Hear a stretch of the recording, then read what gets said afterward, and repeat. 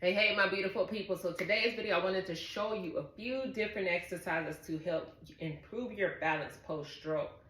I'm going to use a chair here. I'm going to use this wall here. So trying to make sure I give you a couple different levels that you can work on based off of your progressive level that you are in your recovery. So I'm going to go ahead and get started. And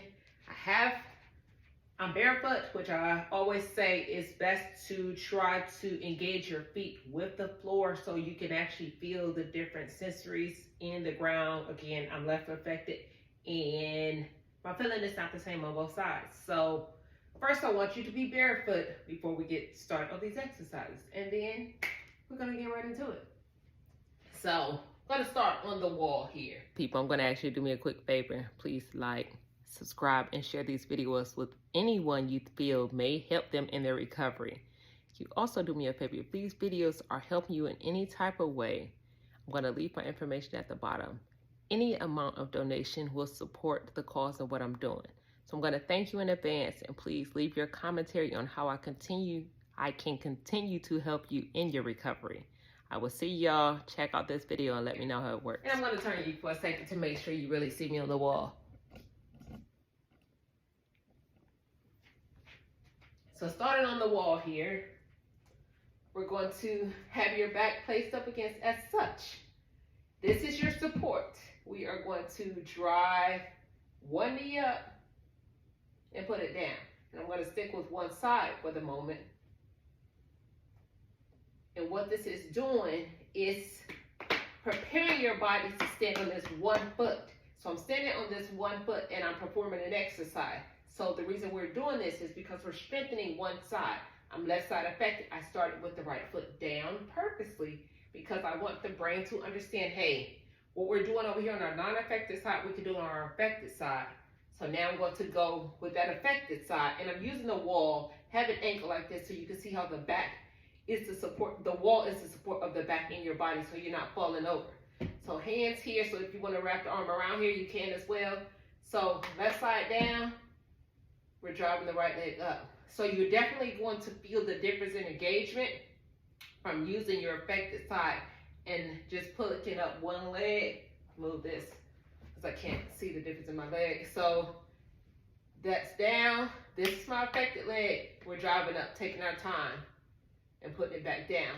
And I want you to really focus and take your time because as you're doing this, you are allowing the brain to understand, hey, that affected side does work. That affected side does work. You may not have the feeling there, you may feel different, or you may not know what's going on.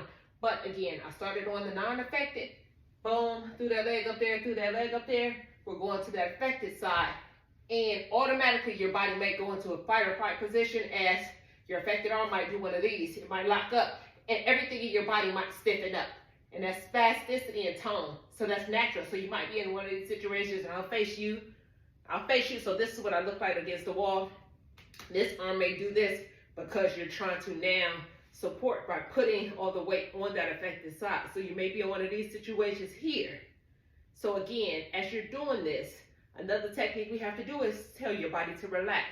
And the reason I'm saying relax is because I want this affected arm to relax as you're performing this exercise.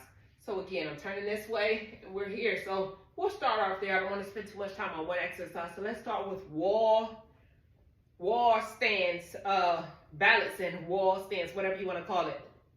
So let's start on the non-affected and we'll go to the affected side. And then from there, I want you to step away from the wall. I'm left side affected, but I'm still going to use it. So you can turn your body where it's safe and step away from the wall. We're going to do something that's this. Lift up, bring it down.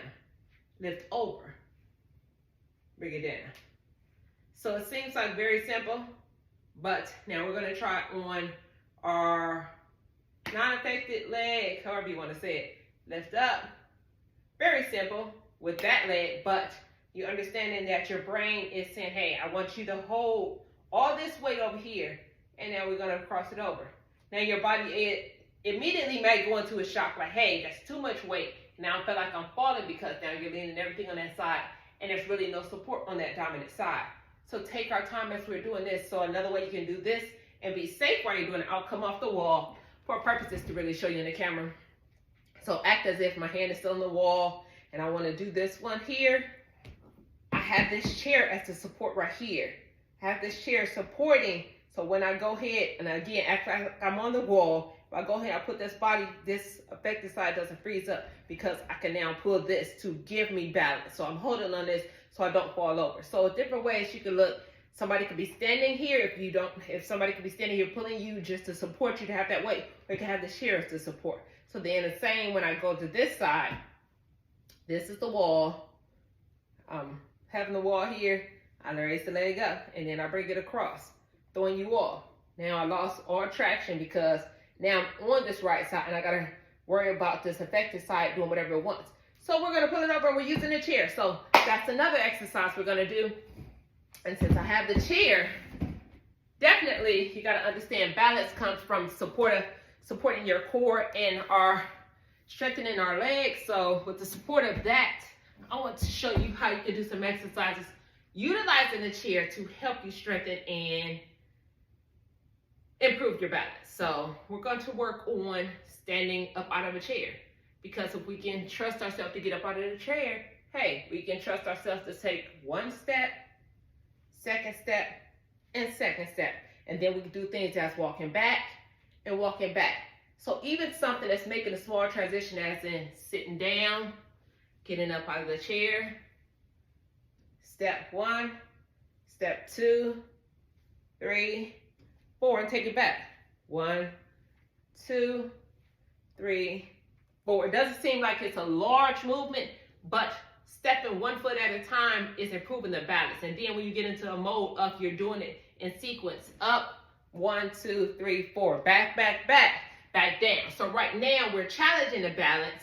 Even though you're on both feet, you're challenging yourself because you're doing multiple things, and the brain now has to calculate, hey, you're going and doing a bunch of things. I want to make sure I can do this without falling. So this right here, simple move that you're engaging both, is still working and challenging that balance. And we're back up. And so I just want you to pay attention to things like this that we don't think about as a balance exercise, but it's definitely a balance exercise. And one more that I'll show you, since we're using this chair, our balance and our strength to keep us up on our feet come from our core support. So why not use the chair and show you some core exercise? I'll turn to the side real fast, just so you can see what I'm doing. I'm gonna grasp onto the chair as such, and we're going to work on kicking the legs out, and we're gonna, need to make sure I'm in the camera. And we're just going to drive the knees back up towards the chest. Simple as that. So now we turn this to a core exercise that we're driving the knees up to strengthen our body to help us improve our balance. Try these exercises and let me know how these work for you. We can work on some more progressive exercises over time, but I'll call this one more of a beginner / a little intermediate, and then actually tomorrow I'll make a more advanced one for balance based on your level of progression. So try these out, let me know how these work. But as always, make sure you give me commentary on how I can help you in progressing in your level of recovery to make sure, listen, we learn to love and live life in our best way post-stroke. So thank you guys.